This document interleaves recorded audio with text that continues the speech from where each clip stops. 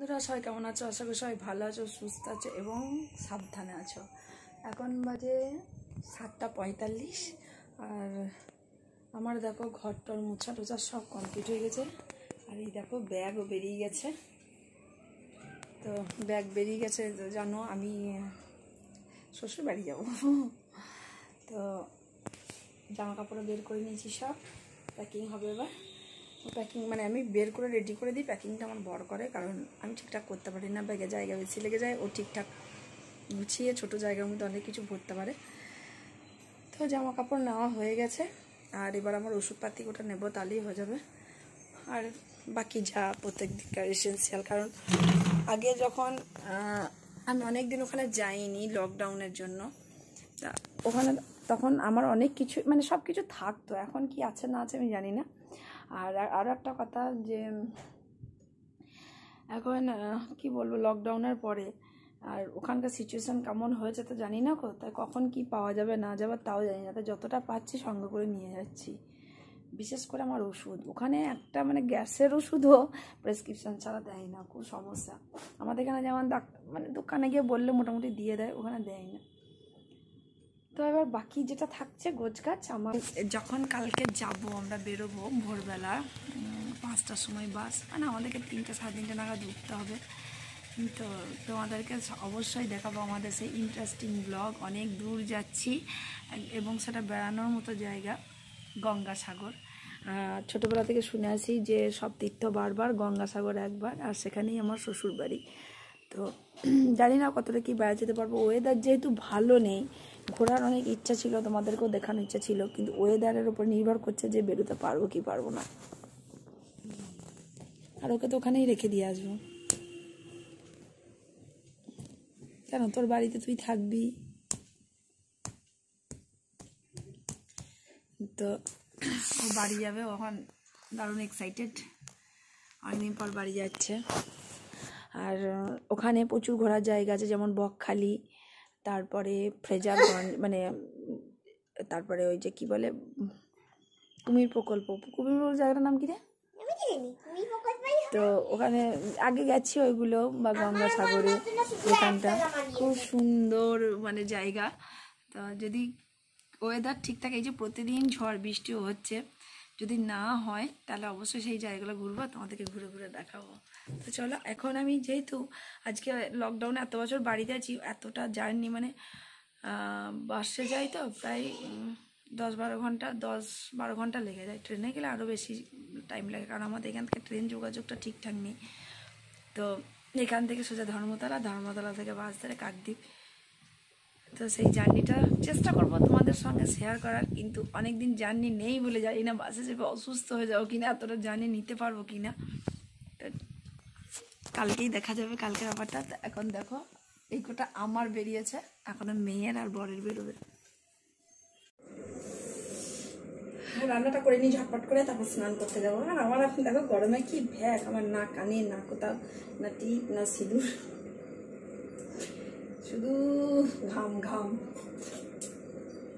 আমার বর বসে আছে, টিফিন করবো 10টার সময়, ভাত খাই, আমি 9টা বাজে খাবে, বসে আছে, 10টার সময় বেরিয়ে যাবে আর কি।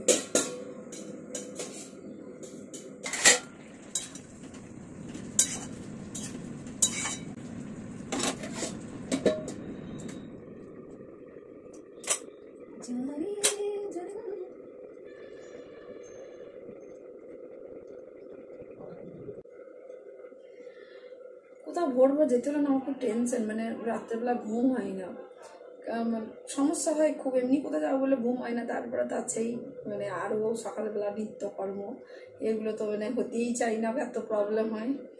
এখন 5টায় বাস ধরতে গেলে 3টে উঠতে হবে, আবার স্নান টান করে।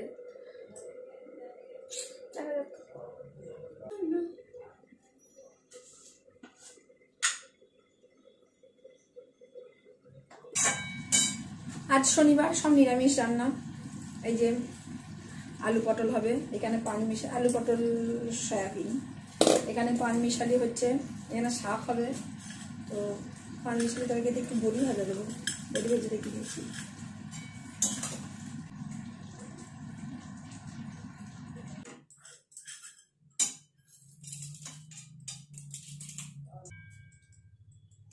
চলো, আমার বড় অধৈর্য হয়ে গেছে, অতিষ্ঠ করছে, ওকে আগে দিয়ে দিই, তারপর বাকি কাজ করবো।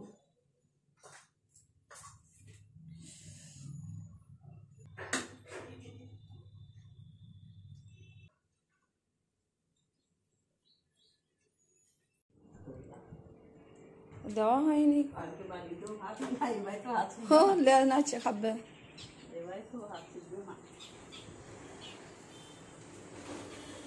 মা বেটা একই রকম দেখতে, আমি বুঝতে পারি না কে কোনটা। কই গো, ভাত ঠান্ডা হয়ে গেল, এমন আয় তুই খাবি। এটা কি? আরে কি হাওয়া, ওরে বাবরে, আমার মেয়ে বাড়ি যাবে, অবস্থা দেখো, সব বের করে গাদা করে, বিছানাটার কি অবস্থা, বেড কভারটা জড়ো পুটলি, এগুলো ভর ভর, ড্রেসিং টেবিল, বাবরে সব মানে না হয়ে গেছে নাকি?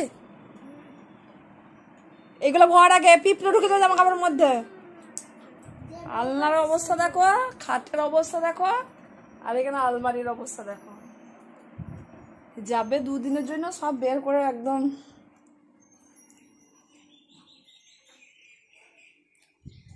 ভালো আছে খেতে। চলো আমি এখন যাবো স্নানে, স্নান করবো, করে তারপর যাওয়াই হবে। অবস্থা খুব খারাপ।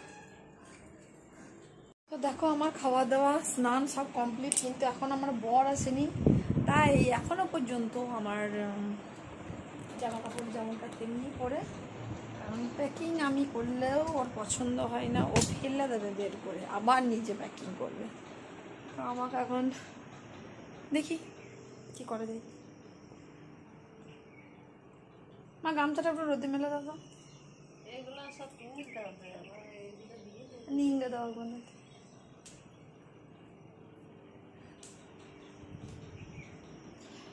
মনটা ভালো লাগছে না একদম।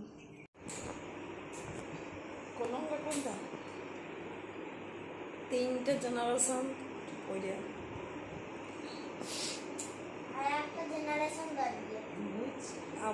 আমার পিটির সঙ্গে মা এখন ঝগড়া করছে। আমাদের মানে বীরভূমের বাসায় ওইটা সেলফ যেটা থাকে, তাক, মানে আমরা বাঙালি তাক বলি,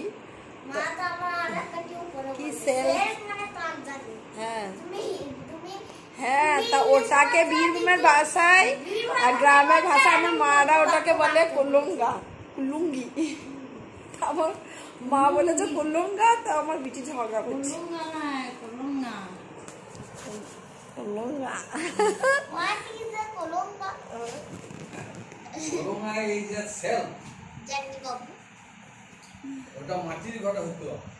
সেইটাই তো বলছে, ওই বাড়িগুলো নাই কুলঙ্গা ছিল, এই বাড়িতে বা কুলঙ্গা কি।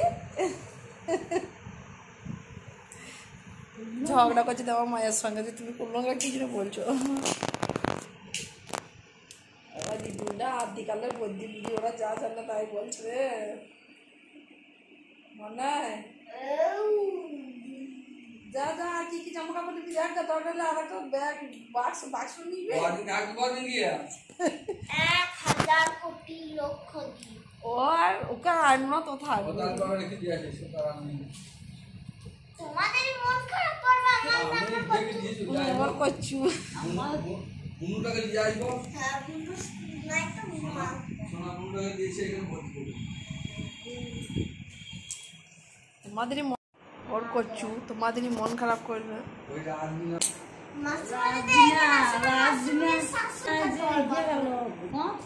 কোথায় গেল টুরে?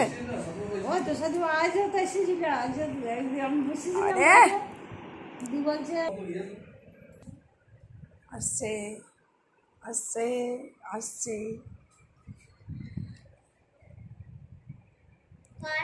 আমার কোথাও টুরে যেতে পারি না রেগুলি, তুই তো যা বলিস তাই দৈর্য হয়ে যায়, আর আমরা কোথাও যাবো বললে মেয়েরে ধরে একদম ছালচামড়া কি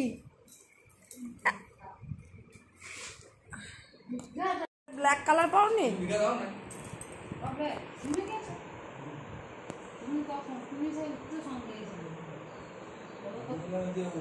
বাবা কালো রং ছিল না না এবার এখানে দিচ্ছ কেন ড্রেসিং টেবিলে রাখো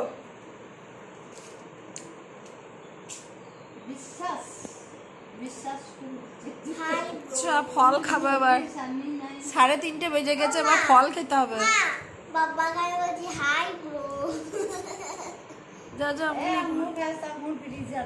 দাও যা যা দাও হাই ব্রো তাহলে গিয়ে রেখে দিয়ে আসি নাকি তুমি ঠিক আছে ওর জামা কাপড় নেওয়ার ফুরিয়েছে আমি 2 দিন থাকবো 2 দিন টিউশনি সময় হবে না ও বই পত্র খাতা সব হচ্ছে ব্যাগে পড়িস হ্যাঁ যেটা বলবি সেটা নিয়ে যাবি মুখটা তালা দাও চুপচাপ চ্যাংদু দাও খাও ঘুমাও একটা বাকি মুখ দিবার দেখছো আমার বাবার সঙ্গে ঝগড়া করছে ছেড়া একটা রুগী মন নাই ভালো এক বাড়িতে বাড়া যেতে পারি না এক গেছে এগুলো গুচ্ছাতো গিয়ে আমার মায়ের পিছনে চুলের স্টাইলটা কালারটা যা উঠেছে না কালকে 5টা 10 2-5 দিন 5টা 10 পাস কবে থেকে 5টা 10 দিয়ে দিয়েছে ইয়ে হাত পড়ে যেতে হবে না ও বলছে সকালবেলায় সৌদাদা আসবে তাহলে টিউশনি পড়ে দিতে ভালো 8 9 10 সমুদ্র বন্ধ বলে দে কালকে রাখতে হবে 8 9 10 আমি বলবো না গুটি দিও দিয়ে দেওয়া দেখবি আগে রাতে জেগে থাকবি মাথা দিয়ে ঘুমাবি বেশি বলবি আমি চান ঠান করে যাবো মানে সে বিকালবেলায় আমি চান করবো না ওইখানে গিয়ে বিকালবেলায় যাবি নাকি 12টার সময় ঢুকে যাবি দেখবে